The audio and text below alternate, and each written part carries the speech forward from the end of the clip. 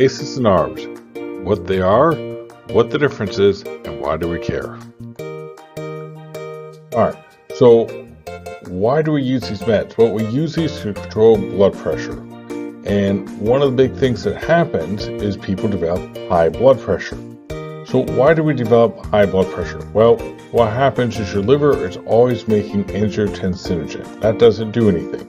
But your kidneys will sometimes produce an enzyme called renin. Now your kidneys produce that when they think your blood pressure is too low. So if you're not getting enough blood flow to the kidneys because you're dehydrated or because the arteries going to your kidneys are being blocked off, they're going to produce renin. Anyways, this renin converts angiotensin into angiotensin 1. Now that is very, very important. So angiotensin 1, it produces something called bradykinin. Now bradykinin is going to be important in terms of regulating your arteries. It's going to help them to open up, and it's also going to have other effects. But this angiotensin 1 will go to the lungs, so there's something called angiotensin converting enzyme, and that's going to convert angiotensin 1 into angiotensin 2. This is the big hitter right here, or so we were taught. And so what's going to happen is this is going to stimulate the arteries around the body to clamp down.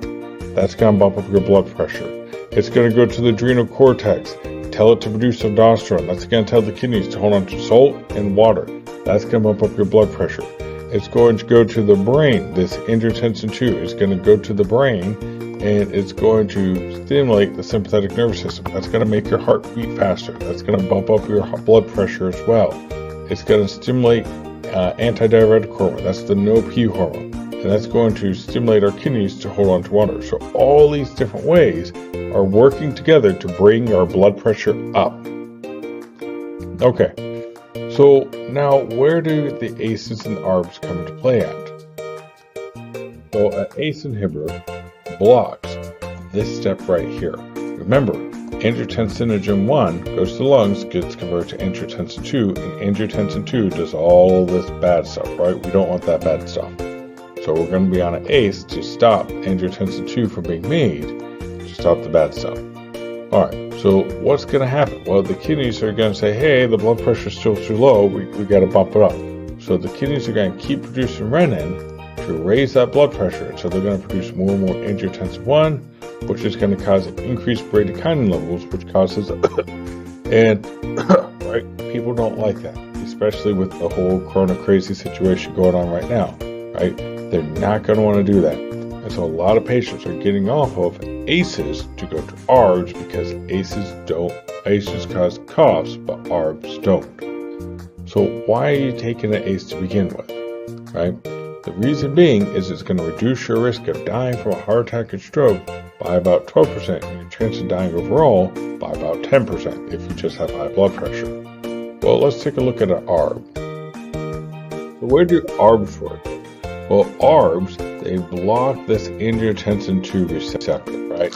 So here are my keys. Let's say this is the ignition of my car. I put it in, I start my car, everything works just fine.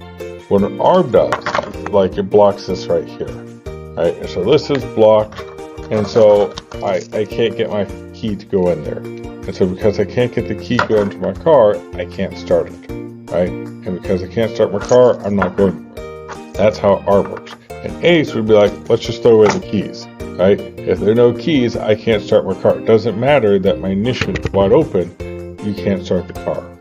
So you'd expect it to kind of work the same way. But one of the things that we find is that ACEs are actually more powerful than ARBs. Now here's where it gets a little tricky at, right? ACEs and ARBs, they drop the blood pressure by the same amount. So you think they'd drop your death by the same amount, but no, right? What they find is that ACEs drop your chance of dying by about 10% versus ARBs don't. And I'm not quite sure why. My suspicion is that this bradykinin comes into play. Why? Because we produce bradykinin with the ACE inhibitor, we don't produce bradykinin with an ARB. And that's why ARBs don't cause the cost, but ACEs do. Now, how do you know if you're on an ACE versus an ARB? So an ACE, its name is going to end in pril. so lisinopril. An Arb is going to end in artan, so losartan. All right, guys. Well, I hope that helps.